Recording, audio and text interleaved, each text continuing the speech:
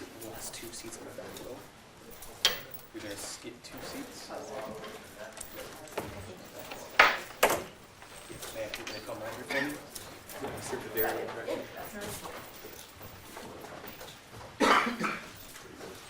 You're going to skip 2 seats. Have a seat right there.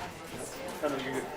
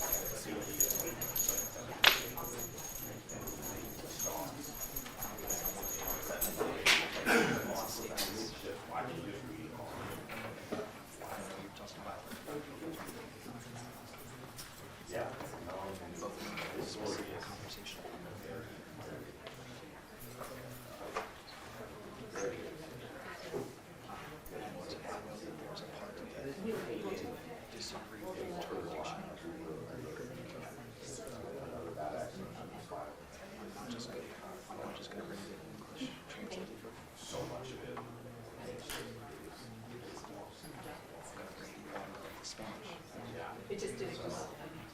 Because I want you to tell me this. That's part of the reason.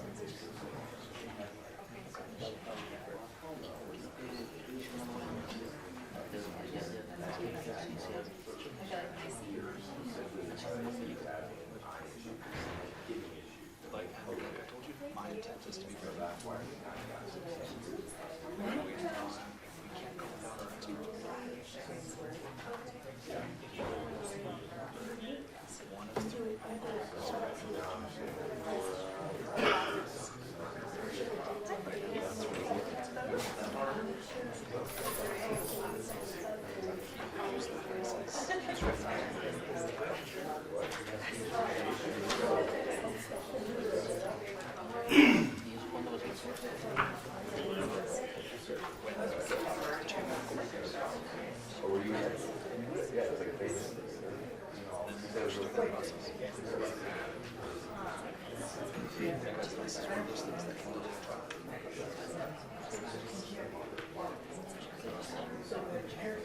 Yes, if you wait too long.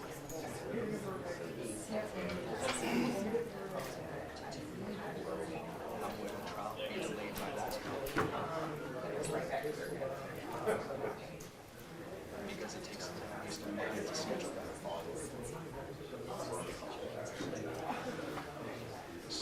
So if you wait to say yes till March 6th, then the court will say you can have your settlement conference, but I'm going to move your trial.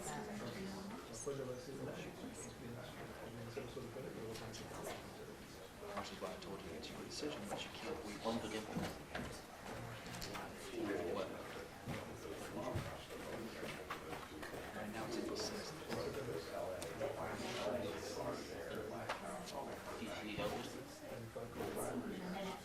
Did you decide next week?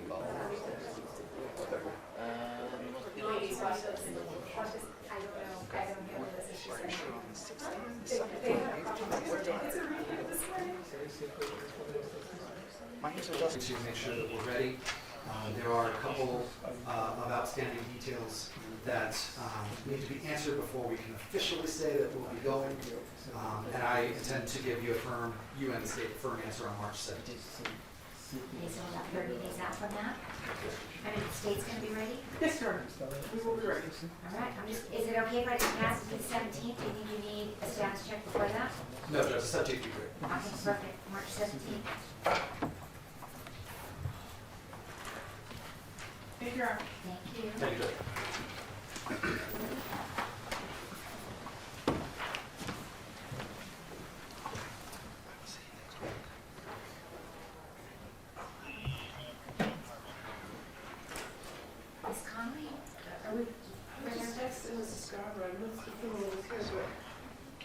Okay,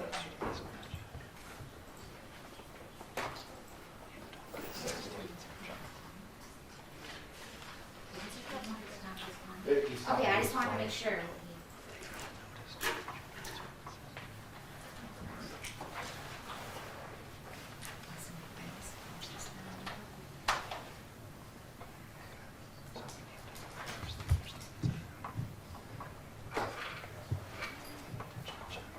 And he spoke to Ms. Alvarado this morning, and now he's speaking with the court.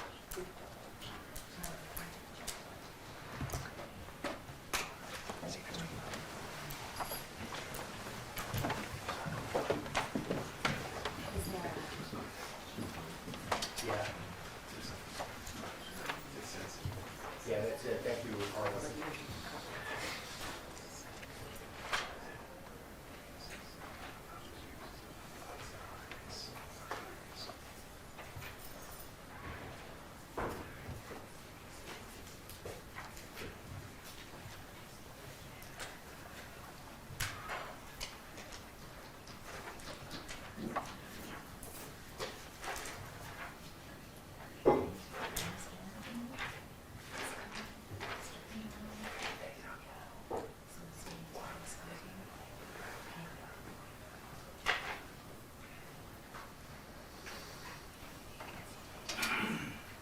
How about Fred Dodge? Can we do Fred Dodge? Your Honor, we're waiting on Miss Fleck, and I did text her. Okay.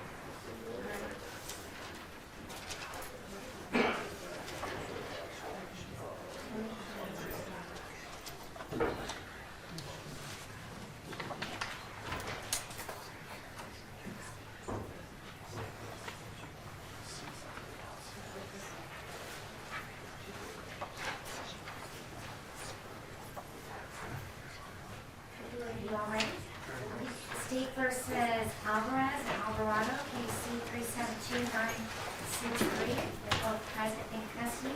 Good morning. Good morning, Your Honor. Ray Strauber for the state, car number 14265.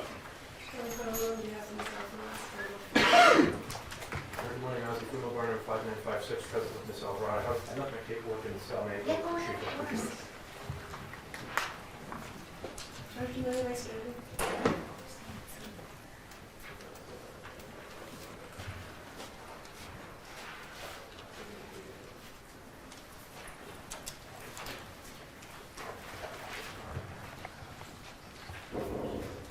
Thank you.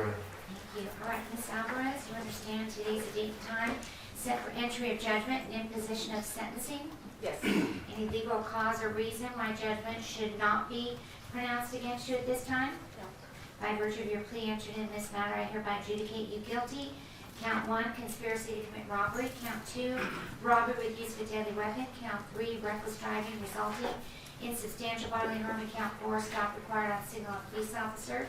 Does the state wish to address the court? No, Your Honor, this was the product of a settlement conference, and we asked that the negotiations be followed, Judge. Do you want to say anything?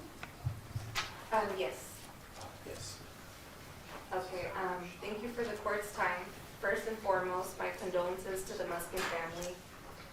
I pray that you may have peace and forgiveness in your hearts, and may you leave here with lighter spirits. Today, I want to take accountability for my actions, and with this sentence, right my wrongs, with dignity and respect. The series of unfortunate events that unfolded that night felt like a giant load of fate that I just couldn't stop. I want to express that collision was never malicious nor intended. I am a lot of things, but I am not a person who would intentionally bring harm to anybody. I will use this time ahead of me as rehabilitation, not incarceration, because I truly do seek change. I accept my fate with hope to become a better person, and to advocate to others to just pull over, because even unintentionally the worst can happen, and it did in this case. And I am truly remorseful. My apologies to all parties involved. Thank you, and God bless us all. Ms. Conlon? Everyone going to follow recommended or the stipulation of signature? Okay, I know you have victim speakers. We do, Your Honor. All right, so I'm going to adjudicate Ms. Alvarado, and then they can all speak before sentencing. Thank you. Okay, Ms. Alvarado, you understand today's the date and time set for entry of judgment and imposition of sentencing? Yes, ma'am. Any reason why we shouldn't proceed? No. By virtue of your plea entered in this matter, I hereby adjudicate you guilty of count 1, conspiracy to commit robbery. Count 2, robbery with use of a deadly weapon. Count 3, resisting public officer with use of a dangerous weapon. Count 4, assault on a protected person with use of a deadly weapon. Does the state wish to address the court? No, Your Honor, again, just that the victim speakers would be heard last, and this is a product of a settlement conference, so we asked that the negotiations be followed. Ms. Alvarado? I want to say thank you to my attorney, first and foremost, Mr. Fumo. I wouldn't have been able to do it without you. You represented and you fought for me hard, and I appreciate you. I wanted to write something very articulate, but it was real difficult because I didn't want to succumb to these years. And they tell you that they don't threaten you or they don't promise you anything, but there's an imposing threat looming over you if you fight the state. And I didn't want to lose my life forever, so I took the 14 years. What happened that night was not supposed to happen. It was not meant to happen. I never meant for any of that to happen. I would never hurt an innocent person. I would never hurt a child or an elderly. I can't speak for anything else beyond that. But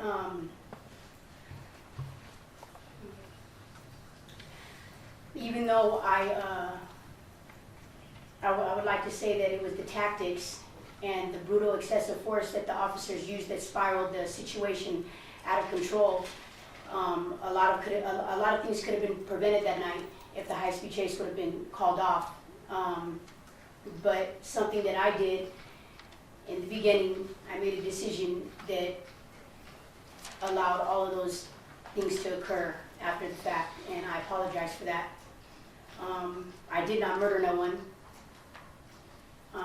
But I know that I hurt their family, and I would wish that Mrs. Muskin, Sherry Muskin, was here today because I believe she passed away, so that I can apologize to her because I felt like she was just given wrong information and it was an accident. I feel like if there was no police involvement, that it would have just been an accident. She wouldn't have perceived me to be a monster because I would never intentionally have hurt her or her husband in any kind of way. And the vehicle just locked up and we were unable to move it out of the lane, and so it hit them, and that was tragic, and I apologize for that. I also want to thank Ms. Connolly because she fought for us really hard. So if anybody wants an attorney out there that'll fight for you, Osvaldo Fumo and Sharon Connolly, they're the ones. Other than that, I'm gonna use this time to make changes in my life and make better decisions and choose better people. Thank you. Governor, according to PSR, I read 30 cents report from my client, there are no stock measures except for the credit for time served. I think the statement's calculated, not the state, the PNP miscalculated. She's entitled to 1,086 days of credit for time served. I think the report has her down for 629. Agreed. Okay. Yeah, And does Ms. Alvarez is it the same? I believe so, yes. 1,086. All right, you can call your first witness. So we have 3 members of the Muskin family. I believe one might be on Zoom. It should be Lexi Muskin. I don't know what link she's under. I don't see a Lexi on there. Lexi Muskin, are you present? Are you Lexi? Miss Leavitt, I didn't know the family was in here because I know that they usually keep the family out, and if I could say something to them real quick, would you mind? Just want to say you're sorry. Well, I wanted to let them know that because they did a wrongful death suit against Metro, and it was. President, I'm gonna Yeah, object to this I right don't now. think that's appropriate. Yeah, I don't think that's Sorry. appropriate. Well, I was telling them that I would release all of my case if they needed anything from my case. I would release it to their family if they contacted my family if they needed it for their lawsuit. Okay, I just want to limit this. I don't want to get down a road. Right, That's so all. they'll know how I'll to do that. attempt to speak with them. So I'm not trying to cut you off and be That's fine. disrespectful. All right, so Mr. Fumo will convey Okay. any message. Okay, will you please raise your right hand so you can be sworn? You do solemnly swear affirm the testimony you're about to give in this action shall be the truth, the whole truth, and nothing but the truth, so help you God? Thank you. Could you please state and spell your first and last name for the record? Leximuskin.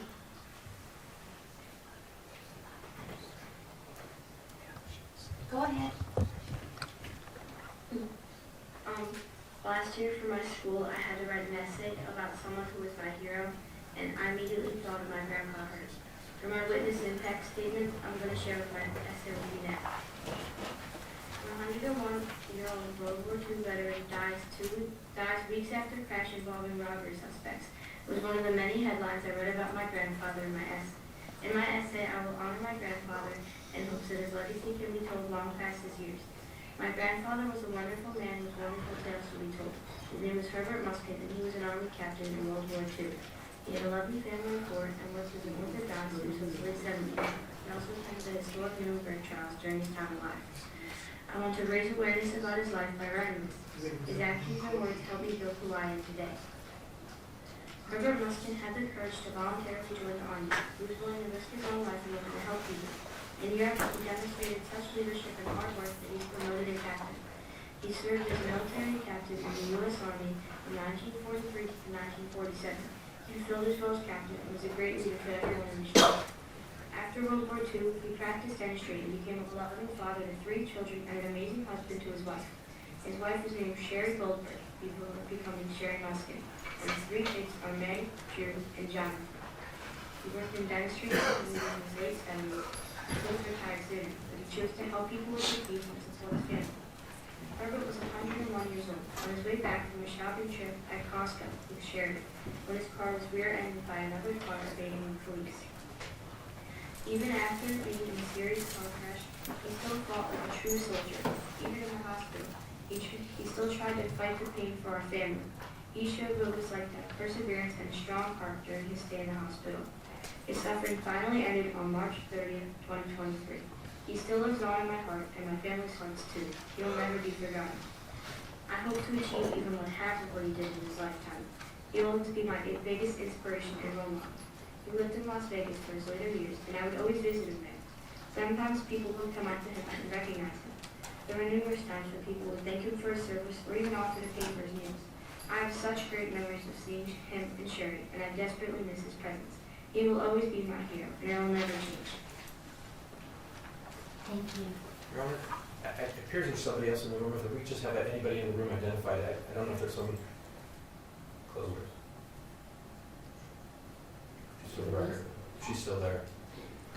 Miss, Oh. will you just identify yourself, the other person in the room? Melissa Muskin? Okay. Thank you. Did you want to speak, Miss Muskin? No. Okay, all right, All right, thank you. thank you. You may call your next witness. John? Next witness will be John Musket.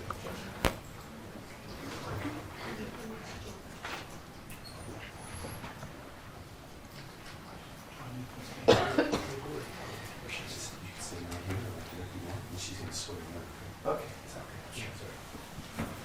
Please raise your right hand. You do solemnly swear from the testimony you're about to give in this action shall be the truth, the whole truth, and nothing but the truth, so help you God? I do. Thank you. Can you please state and spell your first and last name for the record? My name is John Muskin, Jonmuskin. I am the son of Dr. Herbert Muskin.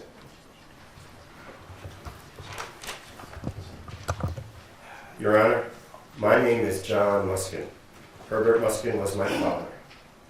I am here to tell you who he was, what was taken from us, and why this court's decision today matters beyond just this case. My father was a captain in the United States Army during World War II. He bore witness to the Nuremberg trials. He saw the face of evil held to account. That experience stayed with him his entire life. It made him believe in justice and in the idea that civilization depends on holding people accountable for the harm they cause. When he came home from the war, he became an orthodontist. He provided free care to children or police officers and to children with special needs. He didn't seek recognition for it. He simply believed that if you could help, you helped. That was Herbert Muskin. And that is how he raised his children. To be honest, to work hard, to follow the law, and to contribute to the world around them. My wife and I are both attorneys. My father raised a family that believed in the legal system and that dedicated their careers to it. He did everything right. He served his country. He gave back to his community. He raised a family that respected the law. And the bitter irony is that none of that mattered on the night of March 1st, 2023, because two people who were raised with none of those values decided that a bag of stolen merchandise was worth more than his life. He was married to my mother, Sherry, for 67 years. When he retired, they moved to Las Vegas. My father loved this city. He loved blackjack, dark beer, and life itself. He became something of a local legend. People recognized him wherever he went and would offer to buy him a meal or to shake the hand of a man who had served his country and lived in such spirit. At 101 years old, he was still driving, still shopping, still living his life like any other citizen of Las Vegas, because nobody ever told him he couldn't, and he wouldn't have listened if they did. That is exactly what he was doing on March 1st, 2023, driving home from Costco with his wife, when everything was taken from him. My parents were stopped at a red light, heading home from Costco, when Kassandra Alvarez, fleeing a robbery in a stolen car at 80 miles per hour, slammed into the back of their vehicle. And when the car came to a stop, Lorraine Alvarado got out, fled on foot, and pointed a loaded gun at a police officer. Let that sink in. She had just been part of a crash that critically injured a 101-year-old man and his 87-year-old wife, and her next decision was to aim a firearm at a law enforcement officer. These are the actions of dangerous criminals who had no regard for anyone's life. Not my father's, not my mother's, not even the officers trying to protect the public. My father suffered a broken neck. My brother Drew and I flew across the country to be at his side. He couldn't speak, so we gave him pen and paper. When he wrote his name, shaky but there, we felt a moment of hope. That was my father, always a fighter. His breathing tube was removed on March 23rd. We prayed, and on March 30th, 23, Herbert Muskin, a man who survived a world war and lived for over a century with grace and courage, died from injuries inflicted by two people who robbed a store. My mother lost her husband of 67 years.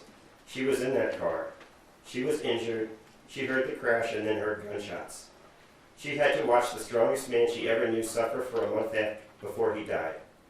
And Your Honor, I need you to understand something about my parents. My father, even at 101 years old, was my mother's caretaker. He was the one who looked after her, drove her, kept their life together. When these defendants took him, they didn't just take her husband, they took the person she depended on to live. After 67 years together, she was alone for the first time in her life. My mother passed away less than a year after my father did. Her death was not a coincidence. It was a consequence of this crime. These defendants took away the man who kept her alive, the person who cared for her every single day. Without him, she could not survive. These defendants didn't just kill my father, they are responsible for my mother's death too. My family loved traveling to Las Vegas to visit their grandfather. For them, Grandpa Herb was larger than life. A man over 100 years old with a joke always ready, who had lived through things they were just learning about in school. My older daughter understands what happened and carries the grief and anger that comes with it. My younger daughter was too young to remember him. She will only ever know her grandfather through photographs and the stories that we tell her. She deserved to watch them grow. They deserved to know him. That was stolen from all of them. Your Honor, my father's case is not just an isolated incident. In the year he was killed, auto thefts in the Las Vegas Valley surged more than 36%. Time and again, this community has seen stolen vehicles turned into deadly weapons during high-speed chases, with innocent bystanders paying the price. Both of these defendants had prior criminal records. They had already spent time behind bars. They were given a chance to change, and instead they chose to rob, to flee, to endanger, and ultimately to kill. Sentences in cases like this send a message that repeat offenders who treat this city's streets as their personal getaway route will be held accountable. My father witnessed the Nuremberg trials. He watched as the world declared that actions have consequences. I am standing here because I believe that too. I am asking this court to impose the maximum sentence, not out of vengeance, but because a 101-year-old veteran's life mattered, because my mother's 67 years of partnership mattered, because my daughter's lost memories with their grandfather mattered, and because the next family stopped at a red light deserves to make it home safely. My father survived the beaches of World War II. He survived horrors that most of us can only read about in history books. He survived a century of living, and he did not survive a trip to Costco. That is what I have to carry. That is what my brother has to carry. That is what my daughters will carry for the rest of their lives. The last thing my father ever wrote was his name. Shaky but there. Herbert Muskin. He can't write it anymore. So I am here to make sure this court never forgets it. Thank you, Your Honor. Thank you, sir. Thank you very much for your testimony. Does the state have any further witnesses? Yes, lastly would be Drew Muskie.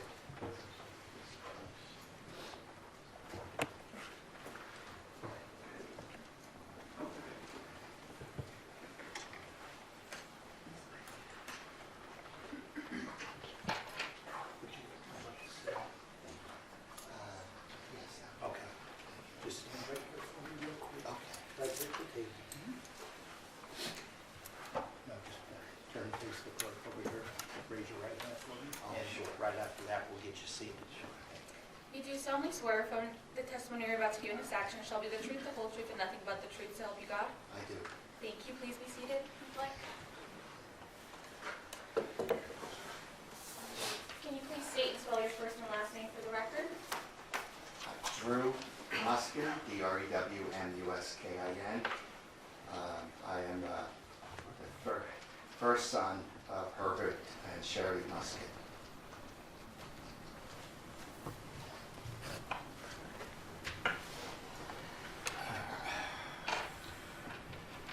For so many months, I have thought about all the things I would say when the opportunity came to address the court and you, Judge, about this debilitating and most inconceivable loss of my dad. I thought I knew exactly what I was going to say until I actually sat down to write this. Suddenly, my head flooded with every single detail of the night, my life, and the life of a family would forever be changed. So the only thing I know to do now is to help others understand the depths of our pain and to write some of these details to describe what we have suffered because of the horrendous actions of the defendants. My father, Dr. Herbert Muskin, as John was mentioning, served in World War II alongside his two brothers. He held the rank of captain, and after the war, he returned to New York City and met my mom, Sherry, and they lived in Long Beach. They have remained inseparable since their first meeting and were married for 67 years. They had 2 children, myself, John, and my eldest sister, May. May was the oldest, and I'm the middle, and John was the youngest. We briefly resided in Long Beach before relocated to Jericho on Long Island, New York. My father was an orthodontist, and he was passionate about his work. I would occasionally, as a kid, accompany him to his office where his nature shone through, his good nature shone through. He was exceptionally likable and treated everyone who sat in his dental chair with kindness and respect.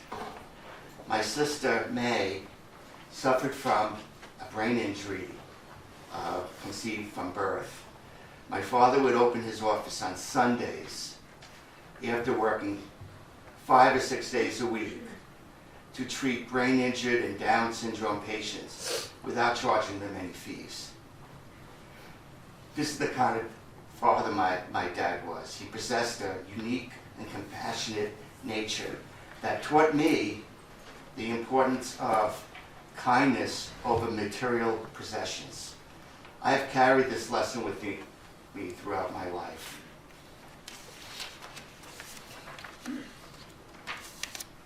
My father held my mother in the highest regard, and they made every endeavor to spend as much time together as possible. When you saw my mom, my dad was there. When you saw my dad, my mom was there. They were always together. They truly adored and loved each other. He expressed a desire to reside here as he cherished the casino and the favorable climate. He had arthritis in his arms, and he felt it disappeared as soon as he came into the beautiful environment of Las Vegas. So they set up a home here. And they've been here for 27 years in Vegas. On March 1st, 2023, our lives were altered. While shopping at Costco, buying a few things plus a chicken that they wanted to have for dinner, they barbecued rotisserie chicken, my parents left and were stopped, full stop at a red light when they were struck by the perpetrators of this horrendous crime. They were being pursued by the police after committing a few robberies, one at a sporting goods store, and I think of stealing or not authorized to take a car. And the robbery was at gunpoint. In their attempt to evade capture, their vehicle collided in the back of my father's car. Tragically, my father sustained severe injuries, while my mother also sustained injuries. This incident resulted in my father passing after fighting for almost 30 days. He was a fighter. He was a fighter. I wanted to mention that when to evade capture after the accident, you couldn't just give up. You actually were running from the police and pointed a gun. One of the defendants pointed a gun, and you could see in the body cam that you actually were trying to pull the trigger, but the gun was jammed for whatever reason. I don't know, but you were gonna just do from a stolen car to an armed robbery to evading the police. Now you were gonna shoot the police. Unbelievable. Regrettably, my father sustained a fatal neck injury after fighting, as I mentioned, for what appeared to be months, but it was almost 30 days. All this was abruptly taken from us due to the defendant's persistent actions. My mom, Sherry, who I had a special relationship with, passed last year, heartbroken. They were married 67 years. My dad has never met my grandson, which is his great-grandson, or one of my son's wives. He would have been so proud. Would have been so proud.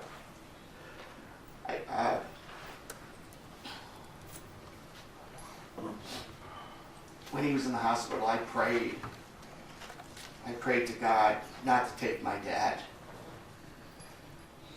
It was a real nightmare, and that was just the beginning of the nightmare. Our entire world, our life as we knew it, was crumbling. This was my reality and our families, and I have replayed the events by watching the videos on TV repeatedly and also in my mind. Those images of my ailing father will forever be etched in my memory. The defendant's bad choices to continue to evade the police affected the lives of my dad, mom, and our whole family. Their choices that evening ultimately destroyed us, our family. Multiple TV stations, and including the Las Vegas Journal, kept really a running tab day by day. You watch the news of how my father was doing. My mom and I and John done interviews, and we just couldn't understand what was going on with our lives being destroyed. And we were reminded day in and day out, with my father being very sick, and also by the media, who always wanted a story of us, wanted to see how my father was doing. And at one point, he seemed to be coming around, and he took a turn for the worst. Your Honor, the defendants pose a significant threat to our society. Louise McMaster Balge once stated, "The dead cannot cry out for justice. It is the duty of the living to do that for them." That's why I'm here, and my brother is here, in memory of my father. I hope that they are not given another opportunity to inflict further harm onto others.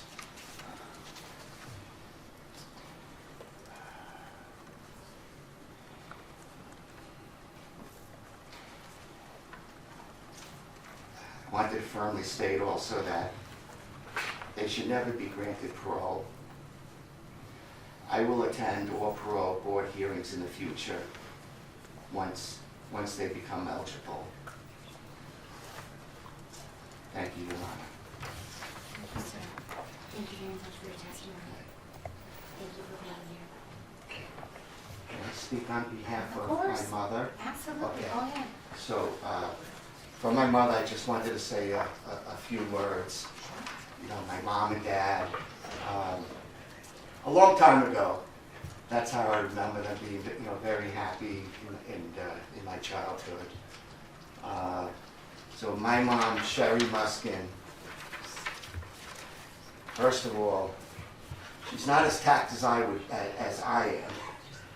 am, and she'll be very vocal, and I would warn her not to say anything that's going to cause disruption in the court. So I'm not going to repeat what she would say, but her whole life, my mother's life, was ruined. My father took care of my mother. My mother had an eye problem that she lost her vision, most of her vision, that my father would take her everywhere. They did everything together, as I mentioned before. But my mom never paid a bill, really didn't know how to do any computer paying bills online. She doesn't write checks. So when my dad passed, I took over, and my brother went to settle everything. My mom was not capable of doing the bills. She didn't know how. My father did. It dawned on us that he did so much. And he was 101, still driving, totally sane, smart as a whip.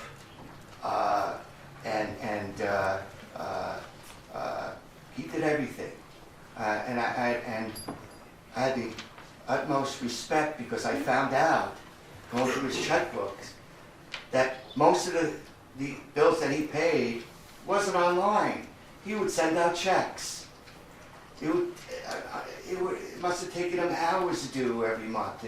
But anyway, my mom didn't know any of this. She didn't know even where the checkbook was. Anyway, my mom, again, died last year. Her anniversary was February 8th, recently. And I adored both of them. She wanted to be here. She wanted to be here. I know she's here, not physically, but in spirit. She wanted to see justice served. Her whole life, she died. She couldn't live without my dad. Thank you, Your Honor. Thank you. Thank you, sir. Thank you very much for being here. Thank you for your testimony. Does the state have any further witnesses? No, Your Honor, no further witnesses. Thank you. All right. Ms. Alvarez, in accordance with the laws of the state of Nevada, this court does now sentence you as follows. The administrative assessment, DNA fee, and collection fee will be imposed. You'll be required to submit to genetic marker testing as to count 1. The court's going to sentence you to 2 to 6 years in the Nevada Department of Corrections as to count 2, 5 to 15 years, plus a consecutive 5 to 15 years for the deadly weapon enhancement. As to count 3, 2 to 6 years in the Nevada Department of Corrections. Count 4, 2 to 6 years in the Nevada Department of Corrections. Counts 1, 3, and 4 to run concurrent to count 2 for an aggregate term of 10 to 30 years in the Nevada Department of Corrections. And she has 1,086 days credit for time served. Ms. Alvarado, in accordance with the laws of the state of Nevada, this court does now sentence you as follows. The administrative assessment, DNA fee, and collection fee will be imposed. You'll be required to submit to genetic marker testing if you have not already done so. As to count 1, the court's going to sentence you to 2 to 6 years. As to count 2, 5 to 15 years, plus a consecutive 5 to 15 years for the deadly weapon enhancement. As to count 3, 2 to 5 years to run consecutive to count 1. As to count 4, 2 to 5 years for an aggregate term of 14 to 40 years in the Nevada Department of Corrections. She has 1,086 days credit for time served. Count 4 is to run consecutive to count 3 to get to the aggregate 14 to 40. 1,086 days credit. Also for my client, she's going to have 2 pending cases dismissed. One is case number 623-373-835-2, and she also has a grand larceny case. I don't know the number, but that's going to be dismissed also. Oh, correct, Judge. And you're gonna move to dismiss them in the appropriate departments? Yes. Yes. All right. Anything else from Ms. Alvarado? All right, thank you. Thank you. Thank you. Thank you very much.